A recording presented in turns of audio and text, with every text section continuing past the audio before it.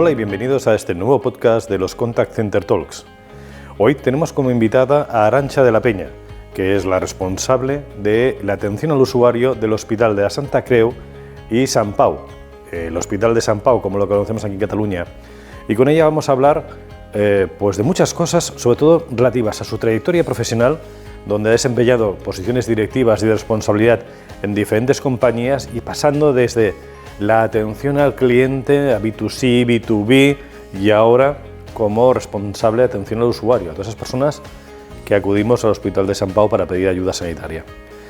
Nos vamos a compartir cómo esa transformación, tanto de ella como profesional, como de los clientes usuarios que hemos ido ejerciendo durante el tiempo y cómo las compañías u organizaciones tratamos de hacer lo mejor posible para darles esa satisfacción y cubrir esas expectativas que cada vez son mayores. Sin más, entramos a hablar con Arantxa. Potencia la gestión de equipos de tus coordinadores y supervisores de Contact Center con la certificación en gestor de equipos de la Asociación Española de Expertos en la Relación con Clientes. Trabajamos en sesiones teórico-prácticas las habilidades necesarias para lograr una experiencia de cliente memorable. Liderazgo, operaciones, calidad, coaching y gestión emocional. Disponible tanto en formato presencial como online y bonificable por la Fundae. Más información en la web de la asociación.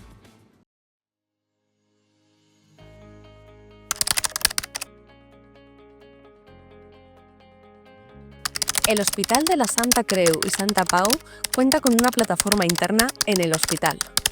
Su número de asesores es de 11 personas.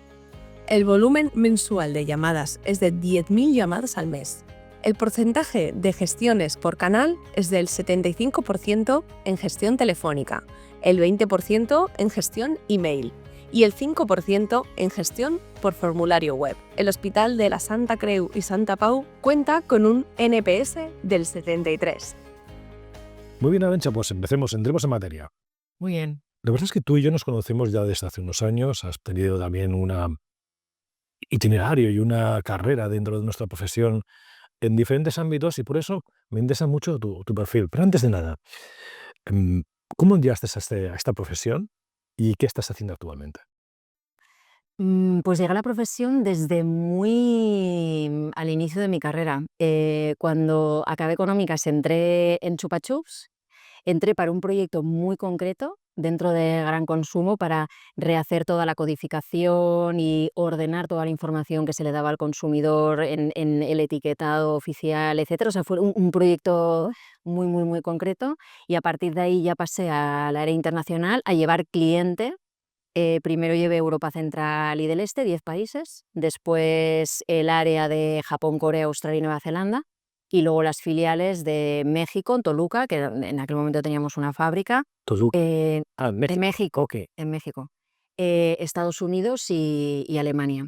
Entonces, durante toda esa trayectoria, y normalmente siempre bajo el paraguas de operaciones, el contacto con el cliente era absolutamente continuo. En Chupa Chups era puro B2B, porque trabajábamos con grandes cuentas, en general 1 o 2 distribuidores en cada uno de los países, y el nivel de exigencia altísimo. En algunos países más que otros, por ejemplo, trabajar con Alemania, o ya no digamos, por ejemplo, trabajar con Japón a nivel de requerimientos de calidad, etcétera, y hacía todo el ciclo completo, es decir, desde todo el previo a la venta, seguir todo el proceso de venta, que claro, eran ventas además enormes, o sea, mandábamos fletes marítimos, aéreos, y además en una época muy boyante en la que Chupa Chups estaba absolutamente en todos los países del mundo, hasta después toda la parte post, vigilar que la distribución se hiciera bien, que las campañas de marketing estuvieran bien bajadas, si había alguna incidencia de calidad, por supuesto, resolverla. Hay que ver el negocio que generó un caramelo puesto con un palo. Es una idea Espectacular. espectacular. Sí, los españoles, esto de los palos, Espectacular. el caramelo al mocho, o sea,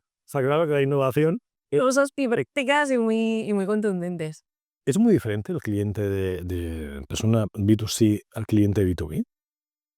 Es diferente en el sentido de que el enfoque de lo que está negociando tu interlocutor es diferente, porque un cliente B2B al final está negociando primero en cantidades industriales, está pensando también en su propia red de distribución, suele tener un enfoque marketero también variado y mucho más amplio, mientras que si tienes un cliente B2C, al final estás con la persona concreta en un one-to-one. Es decir, puedes bajar muchísimo más la hiperpersonalización en un B2C, que es lo que he vivido después, en otras etapas. Ok, porque de Chupa Chups te vas a GAES. Bueno, antes pasó por Laietana. En aquel momento, Laietana Real Estate, que en aquel momento estaba construyendo la Torre Akbar.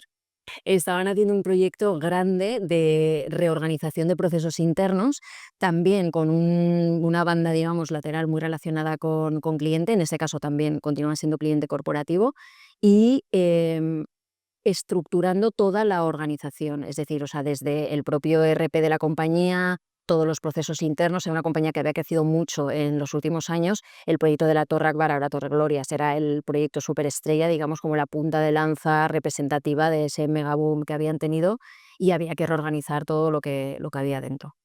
Y de ahí ya salgo a GAES. Vale, nos conocimos. En GAES vivo dos etapas muy diferenciadas. Yo entré en GAES cuando GAES todavía era una empresa familiar de la familia Gasó, equivalente a la familia Bernat en Chupa Chups, y entro para montar un área nueva, que era el área de soporte corporativo, para dar soporte a los centros auditivos. Es decir, nuestra área se configuraba cogiendo personas de toda la estructura de la compañía, o sea, personas especialistas en finanzas, en logística, en producto, en fabricación, en innovación, etcétera, y constituíamos un área transversal para poder dar respuesta a todas las preguntas y todas las incidencias que pudiera haber de cualquier tipo, es decir, un soporte completamente transversal para los centros auditivos, que en aquel momento eran casi 700. Al cabo de poco tiempo... ¿Alquilados o propios? Propios. Todo propio. Todo propio. ¿O sí? Sí, todo propio. En un momento dado la familia buscó inversión para seguir expandiendo el negocio, porque GAES era, y sigue siendo, líder en España y todo Centro y Sudamérica, y se necesitaba continuar con la expansión. Entonces, al final, la expansión, o sea, el crecimiento es orgánico o inorgánico. En un primer momento buscaron financiación para poder continuar con la expansión, recibieron una oferta fantástica, había muchos novios en aquel momento, recibieron una oferta fantástica de Amplifon, líder mundial, y procedimos a hacer una fusión por absorción, que en realidad fue muy potente, porque entre las dos compañías realmente encajaban el rompecabezas. Los países en los que era superlíder GAES completaban los países en los que era superlíder Amplifon, y entre los dos, pues al final se ha creado una empresa absolutamente potente. Si bien, ¿esto qué significó? Pasar de empresa familiar a empresa cotizada en bolsa. Es decir, ¿La forma de ver al cliente es diferente de una empresa familiar sí, a una multinacional? sí, es diferente, es diferente. Yo viví ese cambio claramente. Todo tiene sus pros y sus contras. La empresa familiar lo cuida más porque lo ves de manera más cercana. Tienes en cuenta también tu histórico, igual que tú pasas de padres a hijos, sabes que tu cliente pasa de abuelos a hijos, de hijos a nietos, etcétera. ¿Cuál es el reverso de esa moneda? Que al final te puedes acabar tranquilizando, digamos, entre comillas, te relajas. ¿Por qué? Porque si todo te va bien, prácticamente vendes todo solo, la gente te conoce, mantienes tu liderazgo durante mucho tiempo, tienes riesgo de al final acabar apalancándote y los ritmos bajan. Entonces, cuando llega alguien que, o sea, o te inyecta financiación o te puede comprar, como fue el proceso de fusión por absorción con Amplifon, te encuentras de repente con una energía enorme, con un dinamismo brutal, con una capacidad de expansión inmensa, que realmente es lo que Y quieres, unos porque querías objetivos crecer, etcétera. altísimos. Y luego, claro, tienes unos objetivos fortísimos, o sea, hay que crecer a doble dígito, y aunque presentes cifras a doble dígito, siempre se puede crecer algo más, y al ser cotizada, eso manda mucho. Sí que se tienen en cuenta los distintos stakeholders, pero yo siempre hago la broma diciendo que, aunque se tengan en cuenta los distintos stakeholders, el shareholder, que es el accionista, es el que está normalmente el primero de la lista, aunque luego tú tengas un enfoque muy personal y sepas que realmente el cliente es quien tiene que estar en el centro, y no como frase hecha, sino realmente estás convencido y tiene que ser así, porque además es lo que va a permitir que la empresa se mantenga no solo a corto plazo, sino a medio y a largo, De hecho, por ejemplo, con Amplifon desplegamos toda la estrategia omnicanal que nos había desplegado en su momento en GAES. Fue una estrategia que empezó en un piloto en España y luego se ha ido expandiendo a los demás 26 países del grupo. Y esa estrategia omnicanal significaba un cambio súper positivo, porque al final era de qué manera me estoy relacionando yo con el cliente, y en este caso es cliente final, cómo conecto las distintas vías de contacto y cómo hago que las distintas vías de contacto sean igualmente buenas, es decir, que sea consistente. Lo que no tiene ninguna lógica es que yo tenga un cliente determinado y que en un centro auditivo recibo una atención de 10, que si me contacta por teléfono sea más bajo, que si me escribe igual tardo no sé cuánto tiempo en contestarle, que si viene a las oficinas, o sea, no tiene ninguna lógica. Es concentremos, canalicemos toda esa información, primero para crear un buen CRM, hicimos un despliegue grande con Salesforce, creemos un buen CRM para conocer bien qué tipo de cliente tenemos, tratémosle igual de bien independientemente del canal por el que nos esté entrando y luego personalicemos. ¿Qué hicimos para personalizar? No podíamos pasar... Con un target de cliente muy particular, porque al final si son audífonos, Claro, claro que hay gente joven que tiene determinadas pero en general era... Sí. un volumen. De hecho, nuestro segmento joven era menor de 55. Entonces es como... Bien. Entonces, joven, lo que hicimos fue, para pasar, digamos, y a nivel más de enfoque relacional, también relacionado obviamente con el enfoque comercial. Hasta ese momento se estaban haciendo campañas de marketing que eran muy transversales y bastante uniformes. Había que personalizarlas, pero ¿cómo personalizas? No podías hiperpersonalizar one-to-one a cada uno. Entonces, lo que se hizo fue, junto con la central de Milán, con la central de Italia, un estudio de toda nuestra base de datos, que aunque parezca obvio, no se había hecho. Lo que sucede a veces de, ¿tenemos información? Sí. ¿Tenemos datos? Sí. ¿Qué hacemos con los datos? Nada. No me hacen falta, total ya conozco al cliente muy bien. Claro. Y en realidad ahí tienes una mina, si los utilizas bien y si además los utilizas de manera ética. Pues nosotros, utilizando esos datos, haciendo un estudio potente de arquetipado, voy a decir algo que es muy obvio, pero que al ponerlo encima de la mesa realmente nos abrió los ojos a todos. Vimos que había dos grandes segmentos, que era la gente que normalmente interactuaba con nosotros en el centro auditivo y la gente que no interactuaba.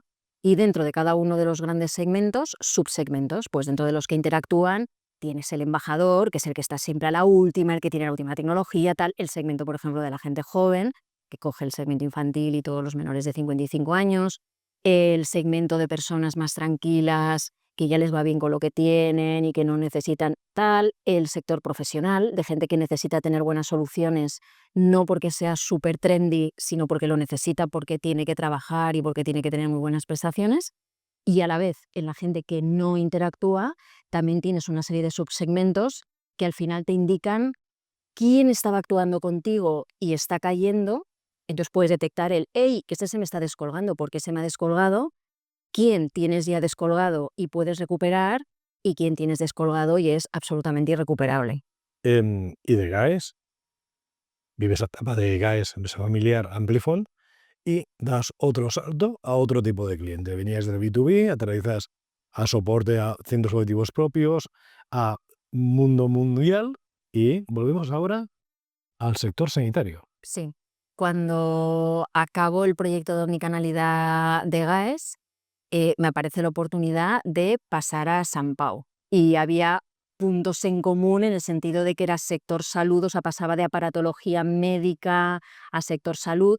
Para mí, en cambio, fue pasar también de sector privado, porque yo siempre había trabajado en privado, a sector concertado, porque San Pau son fundaciones privadas, 3 fundaciones privadas, concretamente, o sea, la del hospital, que es la que yo estoy, que es la de gestión sanitaria.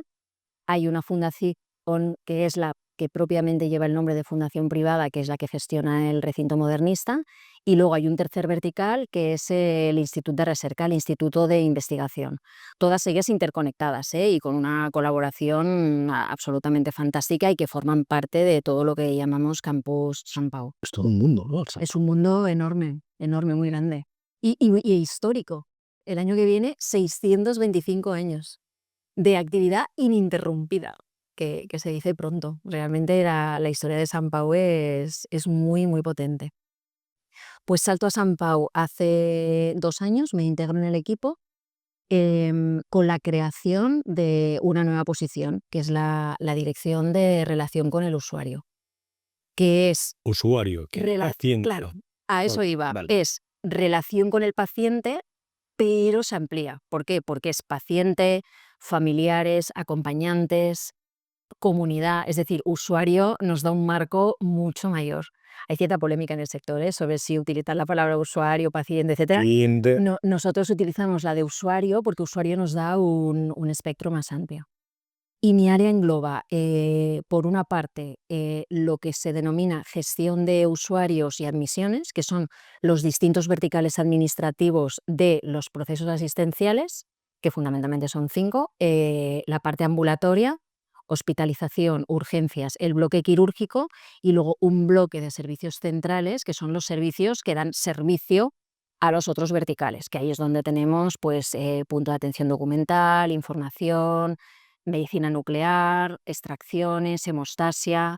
Y luego tenemos otro equipo dentro de relación con el usuario, que es el SAU, el Servicio de Atención al Usuario, que es donde nos entran las reclamaciones, los agradecimientos, las sugerencias por parte de los pacientes y familiares, acompañantes, usuarios en general, y donde además se gestionan procesos muy concretos, como por ejemplo los documentos de voluntades anticipadas. Es un área que sirve de pivote también para determinados procesos legales. La jefa del Servicio de Atención al Usuario, por ejemplo, es la presidenta de experiencia, de la Comisión de Experiencia de Usuario.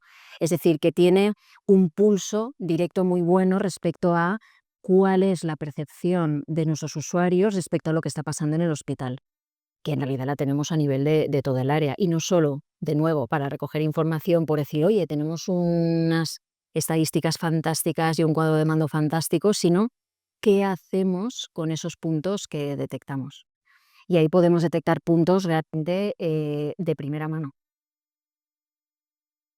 Tradicionalmente el sector en el podcast hemos tenido algún otro compañero del sector sanitario, y tradicionalmente asociamos mucho el mundo de la atención al paciente, ¿no? Atención al usuario, donde hay un contexto de que está el cuerpo sanitario de doctores que vienen a ser semidioses, están los pacientes y todo su entorno familiar, como tú muy bien defines, ¿no? Porque al final todo el mundo muy claro que está enfermo, pero todo ese colectivo está sufriendo igual o más Total. con ETA, pues también hay que tenerlo y hay que empacarlo dentro de una experiencia, dentro de un hospital como es San Pau, porque lo fácil no os llega. Por lo general, quien está allí es porque necesita mucha ayuda. Exacto. Y luego está todo el cuerpo administrativo, ¿no? De soporte, de servicios, de accesorios. Eh, ¿Cómo lo haces para gestionar la necesidad o la transición o la petición de los diferentes usuarios para que las cosas cambien dentro de San Pau y que luego ocurran? Ahí es muy relacional. Y nuestra área, por ejemplo, es un área que yo la veo muy puente entre la parte puramente asistencial, de la dirección asistencial o dirección médica, y los distintos directores de los procesos que he mencionado antes, que obviamente tienen su dirección desde la perspectiva asistencial, y los que somos de gestión. Si bien nosotros, al ser precisamente relación con el usuario, y ya extendido, digamos, todo el área de usuarios y comunidad, tenemos ese pulso directo de qué es lo que necesita el paciente, qué es lo que necesita el usuario, hacer que la voz del usuario esté en todos los procesos que nosotros llevamos, en todos los proyectos que realmente se ponen en marcha en el hospital. Y realmente la parte relacional es fundamental. O sea, el poder hablar de uno en uno con cada uno de los directores o con las personas responsables de los proyectos te ayuda muchísimo a hacer una mesa común, a poder explicar bien en qué puedes contribuir. Yo creo que ellos, o sea, ahora hablo ellos, la parte puramente asistencial, tiene muy clara la sinergia y el concepto de unidad entre dos facetas que igual desde el exterior se pueden ver como separadas, parte asistencial y parte de gestión. Es un todo, porque al final el paciente, el usuario, es el mismo. Entonces, cada uno al final se focaliza en las especialidades que tiene y donde realmente tiene su experiencia y donde es mejor, si bien trabajamos por y para el paciente, por y para el usuario. Eso está clarísimo. Para tener un poco las cifras, no sé si las tienes en la cabeza. ¿Cuántos personas pueden trabajar en Sant Pau? En Sant Pau ahora tenemos más de 5.000. Más de 5.000. La mayor parte, o sea, o el colectivo más grande es el de enfermería, bastante mayor que el de la parte facultativa. Me dejaron muy claro que son los que cortan el bacalao. Tenemos un equipo muy potente de enfermería. Ok. ¿Cuántos usuarios pueden visitar Sant Pau en un año? No tengo las cifras exactas del último año, pero millones de personas. O sea, realmente el volumen de personas es muy grande. Y una de las cuestiones que tenemos que resolver bien justo es la gestión de la demanda. Correcto. Porque es inverso a lo que puedes vivir, digamos, en una empresa que pueda tener un enfoque comercial, en el que tienes que captar demanda. Nosotros, digamos, por hablarlo de manera así muy llana, no tenemos que captar demanda, tenemos que ordenar la demanda que tenemos, optimizar la manera en la que la estamos gestionando. También hay proyectos transversales dentro del sistema que realmente creo que nos ayudarán muchísimo, ya a nivel general, ahora ya hablo más allá de las fronteras de Sant Pau, para alinear toda la relación que hay entre atención primaria, atención intermedia y atención terciaria, hospitalización, de gran expertise, que es nuestro caso, para hacer que todos esos flujos vayan bien, que entre en cada uno de los estamentos quien tiene que entrar, es decir, si la gente que tiene que ser atendida en primaria puede ser atendida en primaria de manera adecuada y sin que haya el colapso que hay ahora, pues probablemente son personas que no tendrían por qué llegar a un hospital terciario de alta complejidad. Y nosotros podríamos, a su vez, coger más casos que son de alta complejidad, que son realmente donde nos tendríamos que focalizar. La cuestión es que toda esta reorganización no se puede hacer contemplando el silo por separado, es decir, primaria por un lado, intermedia por otro y terciaria por otro. Lo tenemos que hacer, y como de hecho se está trabajando, de manera completamente transversal y máxima colaboración entre los distintos niveles. Porque, vuelvo a decir, o sea, el paciente, el usuario, es el mismo. Y tú tienes que dar ese buen servicio, y más cuando estamos hablando de salud. O sea, ahí es algo innegociable. Ok. Millones de usuarios, el volumen de interacciones o de demandas o de expectativas o de felicitaciones, reclamaciones y toda esa programación debe ser altísimo. ¿Cuánta gente en el área y cómo lo gestionáis? Atención al usuario, concretamente 5, porque es el equipo más pequeñito del área. Toda mi área entera son más de 280 personas, porque engloba también la parte de gestión de usuarios y de admisiones, los distintos verticales que os explicaba antes de ambulatorio, hospitalización, urgencias, etc. Es decir, son los administrativos asistenciales de cada uno de estos bloques, más algunos técnicos, coordinadores, etc. Y el equipo concreto del servicio de atención al usuario son 5 personas que están súper especializadas en los procesos que ellos gestionan, que es fundamentalmente la gestión de reclamaciones, sugerencias, agradecimientos y documentos especiales tipo documento de voluntades anticipadas, etc. Dicho esto, ¿crees que el cliente está cambiando con el tiempo? O sea, ¿crees que unos compañeros dicen que cada vez el cliente es más exigente, ¿no? O más exasperante, no sé si cuál es el término, pero Exigente, diría yo. impaciente además. O sea, ¿crees que todo el mundo nos centramos mucho en nuestros derechos y en cambio en ocasiones perdemos cuando somos usuarios de vista nuestras obligaciones? Sí, hay que entender que en contexto hospitalario la persona llega en una situación normalmente crítica. O sea, normalmente la gente no va a un gran hospital a pasearse. Es decir, llegan porque realmente tienen un problema, y para cada persona su problema es el máximo problema. Entonces tenemos que tener esa empatía para saber actuar en cada momento como si ese paciente, ese usuario, ese familiar, ese acompañante fueran las únicas personas existentes en el mundo. Debe ser muy difícil. O sea, yo siempre, o Es sea, complicado. para mí, claro, la conversación con un médico especialista con algo de mi hijo es súper importante. Para mí es la conversación seguramente del año, no sé si de mi vida, y en cambio ese profesional está uno tras otro, tras otro, Sí. tras otro, Sí. recibiendo pacientes, y aparte con un montón de burocracia, porque vamos, la burocracia en el mundo médico es espectacular. Es un punto a mejorar, y es uno de los puntos que estamos mejorando realmente para hacer que todos los procesos sean más fluidos y precisamente para que la parte asistencial se pueda centrar en lo que es puramente asistencial. Es la persona que tiene delante. Efectivamente, ahí nos ayuda, por ejemplo, la tecnología. Ahora justo empezamos con la dirección del proceso ambulatorio y del proceso urgente, un piloto para aplicación de inteligencia artificial en consulta, para que se pueda realizar una transcripción sin necesidad de estar delante de la pantalla del ordenador mientras tú estás con el paciente.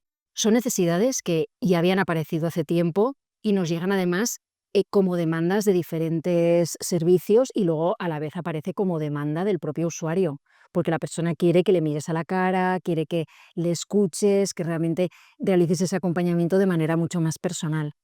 A la vez, la persona asistencial del equipo clínico, o sea el médico, sea enfermera, etcétera, etcétera, necesitan cumplimentar una serie de elementos burocráticos, como tú dices, pero porque realmente lo necesitamos, o sea, pues desde completar la historia clínica, una serie de puntos que se tienen que completar pues para poder realizar derivaciones internas, pues todo realmente ya esta serie de temas de salud lo tenemos que llevar a rajatabla, todo el tema de consentimientos informados, etcétera, etcétera. Todas estas herramientas nos ayudarán a poder centrarnos en la persona desde un enfoque mucho más humano y poder delegar en estos asistentes tecnológicos la parte realmente pues, más burocrática. Y desde nuestra perspectiva, que es una perspectiva de gestión, porque realmente mi equipo es más de administración, es, bueno, entonces nosotros nos vamos a quedar sin trabajo porque realmente todo se va a automatizar y tal.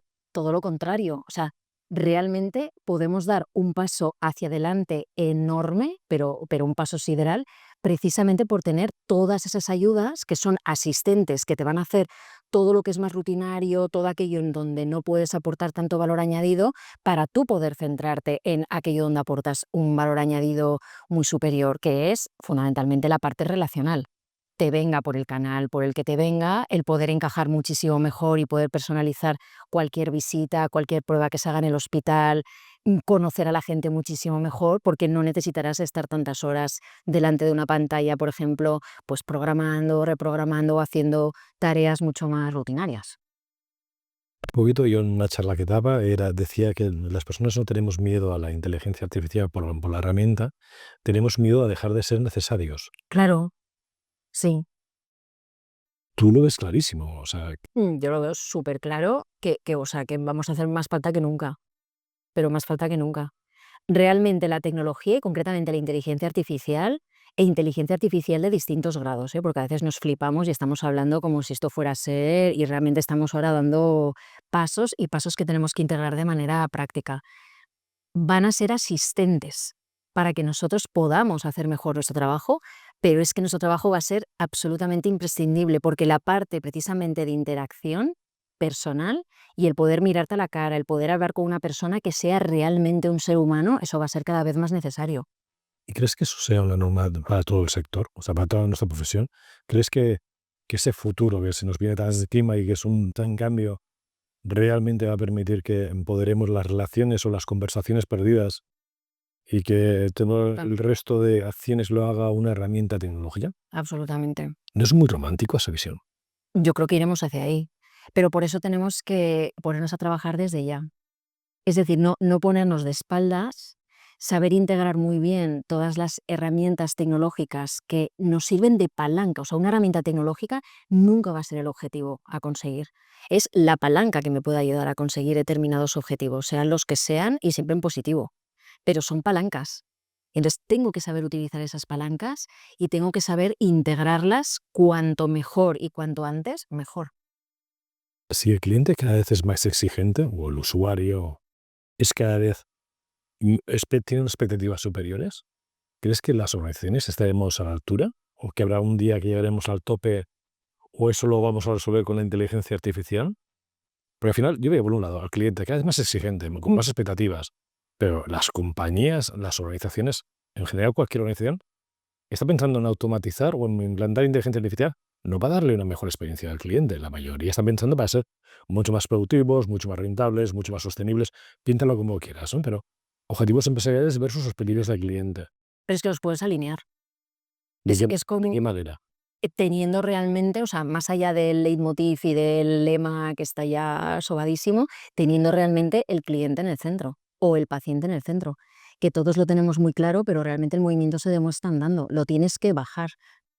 Todas las cuestiones que sean o bien de transformación o bien de innovación, porque no todo es innovación, hay cosas que pueden ser de transformación, transformar lo que ya tengo, pero tanto si es transformación como innovación, al final tengo que saber plasmarlo en la realidad.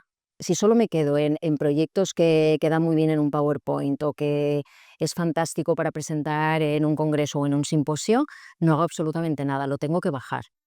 Es verdad que después al bajarlo lo puedo modular, o sea, yo puedo lanzar nosotros mismos, por ejemplo, que tenemos varios proyectos de innovación y, por ejemplo, desde la perspectiva relacional con el usuario en general, pues desde mejora de los SMS o un proyecto de gemelos digitales para que las personas puedan conocer un procedimiento médico determinado con antelación y se rebaje su nivel de ansiedad y a la vez mejore su experiencia. O sea, tenemos proyectos muy diversos que ya tenemos en marcha, pero todo eso lo tenemos que hacer de manera muy realista, o sea, no como experimentos, lo tenemos que hacer porque nos lo creemos y porque sabemos que después a nosotros nos va a ayudar. Nos va a ayudar a optimizar, es decir, a poder hacer más cosas en el mismo tiempo, nos va a ayudar porque vamos escasos de recursos y los recursos en el sector de la salud son escasos porque lo sabemos, es decir, nos hace falta personal, hay lucha por el talento, bueno, ya no solo en el sector salud, en general hay lucha por el talento, que ahí aprovecho para meter una cuña, el tema del edadismo, que todavía está funcionando mucho, es algo que va a ser completamente, yo creo, revertido en los próximos años, por algo que si no es voluntario, porque las organizaciones se ponen a incluir personas de distintas generaciones, que pueden convivir al final 5 o 6 generaciones diferentes, porque el que no lo haga de manera voluntaria es que no le va a quedar otra, porque no hay gente. Y tú necesitas gente ¿Y preparada. no crees que el talento Experimenta. puede ser sustituido por la inteligencia artificial?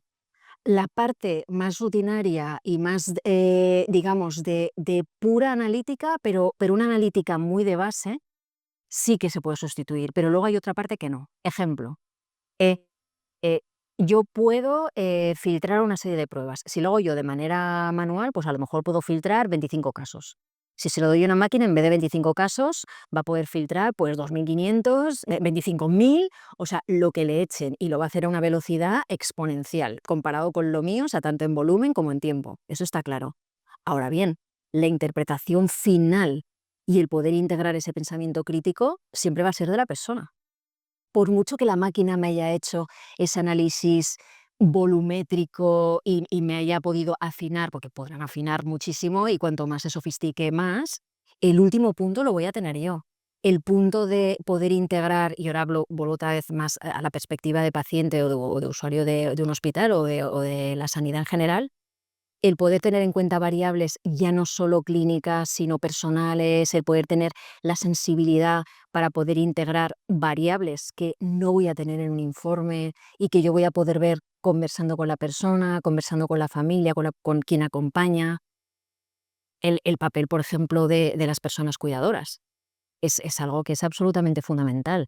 Vale, podemos contar con robots que en un momento dado nos puedan acompañar, pero ¿de qué manera? O sea, a día de hoy tenemos que darle poder, darle fuerza y darle seguridad a las personas que están cuidando a personas que no están bien o que necesitan ayuda.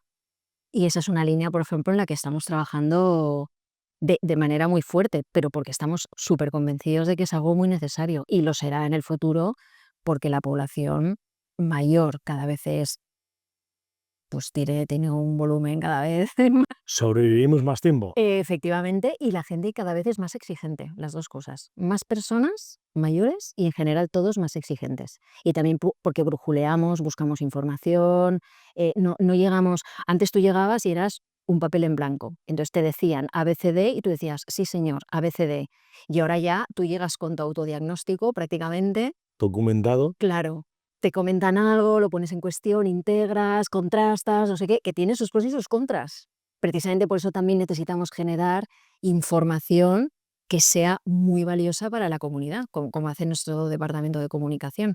Ya no solo es comunicar lo que hace San Pau en el sentido de tanto a nivel interno como hacia el exterior en que nos estamos moviendo, sino facilitar contenidos que realmente a la gente le resulten útiles y sean veraces. Eso, imagino, sobre todo debe pasar todos los días y a todo rato. A mí como profesor, el estar dando clase y que alguien te diga, perdona, pero yo he visto en GPT que ya la hemos liado. Y en ocasiones hasta tienen razón, ¿eh? Pero, Claro. Arantxa, ya por cerrar, vamos a cerrar porque si no, efectivamente es un placer. Un libro. El Principito, de Saint-Exupéry. Y desde una perspectiva de adulta, porque lo leí cuando era niña, entendí como una tercera parte del contenido, y leyéndolo de adulta realmente te das cuenta de la profundidad de las enseñanzas y de las reflexiones del autor. Genial, pues ya tenemos deberes para volver a recuperar ese Principito. Es uno de esos libros que yo creo que cada vez que lo lees te llevas algo. Es curioso, ¿eh? No hay muchos, pero para lo pequeñito que es la guerra era. Arantxa, muchísimas gracias, un placer, gracias por sumarte a podcast y esperamos contar contigo durante mucho tiempo dando esta visión y mejorando la experiencia de los usuarios, en este caso en Sant Pau, que tienen suerte de tenerte. Muchísimas gracias. Gracias, Agustí, y a todo el equipo. Bien, y hasta aquí esta conversación con Arantxa de la Peña. Seguro habéis tomado notas y habéis podido compartir y ver esa complicidad que tenemos Arantxa y yo a la hora de conversar. Un placer siempre hablar con ella. Este es el último episodio antes de irnos de vacaciones. Estamos ya entrando en el mes de julio y estamos dispuestos a preparar nuevas conversaciones, ver qué aportaciones y qué nuevas tendencias hay de cara a este último trimestre del año 2025 que se presenta muy intenso. Disfrutar las vacaciones como haremos nosotros, pero sobre todo pensar en cómo podemos hacer mejor nuestra profesión. Hasta pronto y nos vemos en un siguiente capítulo del podcast de la Asociación Española de Expertos en la Relación con el Cliente, los Contact Center Talks. Hasta pronto.